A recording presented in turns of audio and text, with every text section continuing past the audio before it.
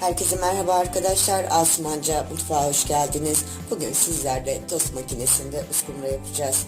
Bunun için malzemeler 2 adet uskumru balığı,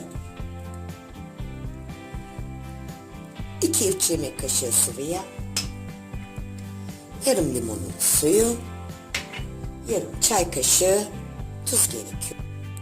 Bir kasenin içine limon suyumuzu, sıvı yağı ve tuzu alarak karıştıralım.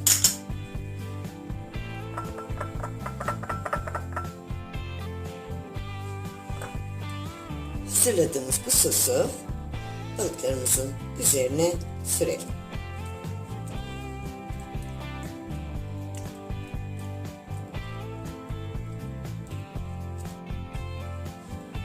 Balıklarımızı daha küçük parçalara ayıralım.